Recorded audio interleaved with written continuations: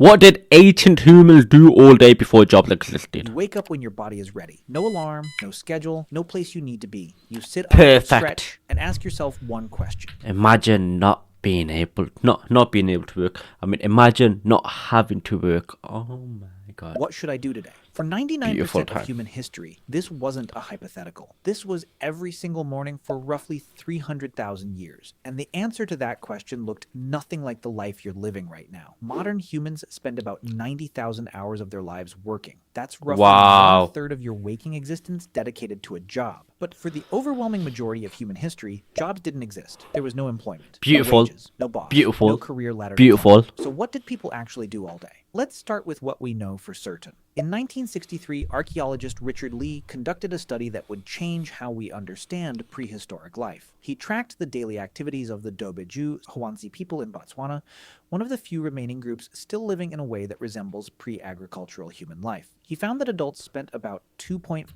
I might have to move you. I might have to move you, mate.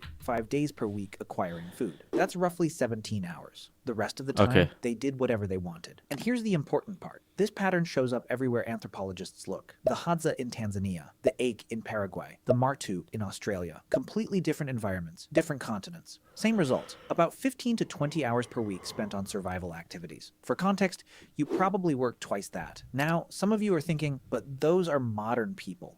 How do we know ancient humans lived the same way? Fair question. And the answer comes from bones. When archaeologists compare skeletons of ancient humans to early agricultural populations, the difference is dramatic. Farmers were shorter. Their bones show signs of nutritional deficiency. Their teeth were riddled with cavities from grain-heavy diets. They had Digging up someone's grave for a reason. Not grave, but digging up a body.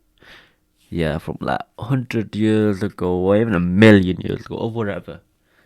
For research, it's just a violation. It's just crazy, that is, bro.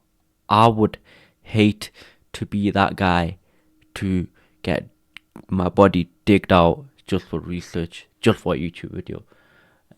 That's just taking that personal. arthritis in their spines Can't lie. from repetitive labor, and they died younger. Ancient human skeletons, taller, stronger, healthier teeth, less joint damage. Their bones tell a clear story. They were doing less repetitive physical labor, not more. But the most fascinating evidence comes from something archaeologists found that shouldn't exist if survival was a constant struggle: art. In 1994, explorers discovered Chauvet Cave in southern France. Inside were paintings created roughly 30,000 years ago. Horses, lions, rhinoceroses, rendered with perspective, shading, and movement. These weren't crude stick figures. This was sophisticated art that required skill, planning, and most importantly, time. Someone spent hours, maybe days, deep inside a cave by firelight, painting animals on a wall. Not for survival, not for food, for beauty, for meaning, for something to do. In Blombos Cave in South Africa, archaeologists found 100,000-year-old perforated shell beads, tiny holes drilled through seashells, clearly meant to be strung together as jewelry. The nearest coastline was 20 kilometers away. Someone walked 40 kilometers round trip just to collect shells, then spent hours carefully drilling holes with stone tools, just to look good. In 2008, researchers found a 40,000-year-old flute carved from a vulture bone in Germany. 5 finger holes,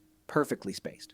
Whoever made this understood music. They understood pitch, and they spent significant time crafting it. Not for hunting, not for defense, for music. These aren't isolated finds. Across Europe, Africa, and Asia, archaeological sites from 100,000 years ago onward are filled with evidence of decorative objects, carefully crafted tools far more elaborate than necessary for survival, and items that required hours of focused work with no immediate practical benefit. This is what people did when they weren't securing food. They created. They decorated. They made things beautiful. So let's reconstruct a day. You wake up around dawn. The fire from last night is still smoldering.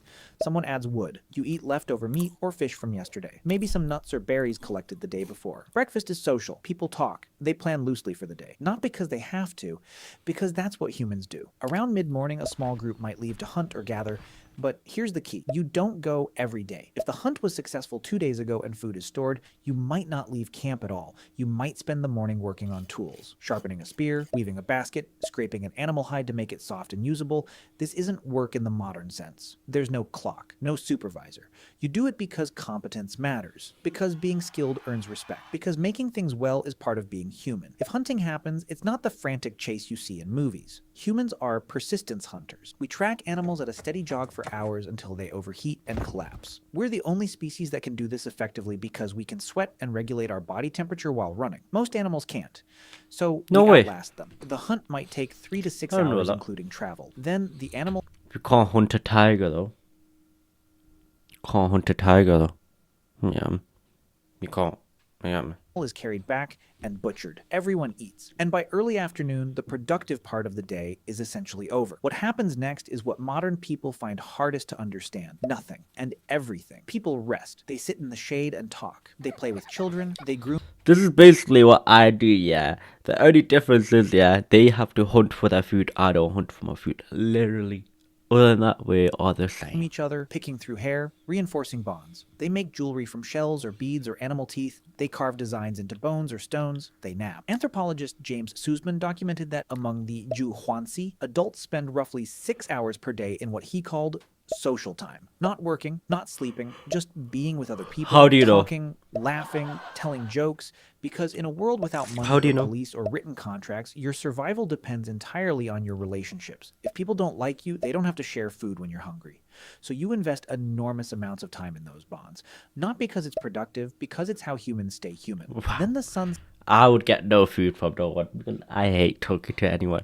So basically, I would be fucked. sets. And this is when something remarkable happens. In 2014, anthropologist Polly Wiesner analyzed hundreds of hours of conversation recordings from the Zhuangzi. During the day, conversations were practical. Who saw animal tracks where? Which plants were ready for harvest?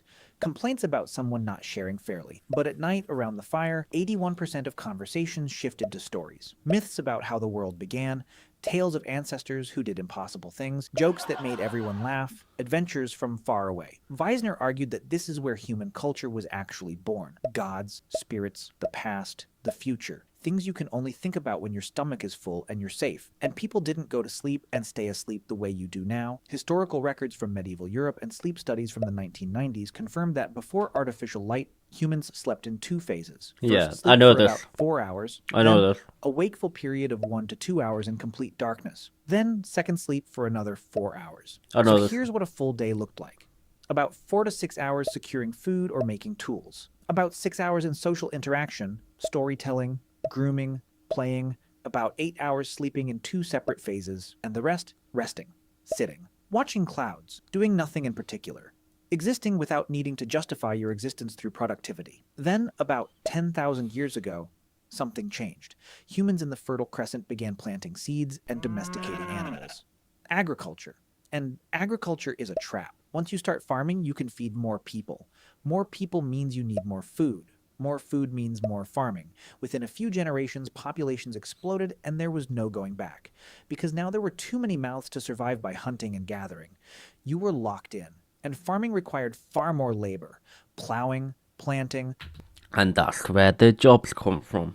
That's where work came from. This is why we all have to work because of bloody farming. weeding, harvesting, storing, defending crops from animals and raiders. The skeletal evidence is unambiguous. Early farmers worked harder, ate worse, and died younger than the hunter-gatherers who came before them. But the population kept growing, and with larger populations came specialists, toolmakers, Great. potters, weavers, inventors, then soldiers, priests, administrators, Great. and eventually jobs, employment.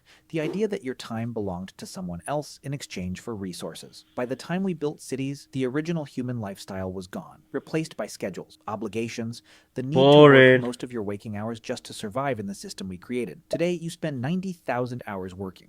Your ancestors spent way less. You sleep Bro, 90,000 hours. That is crazy, bro.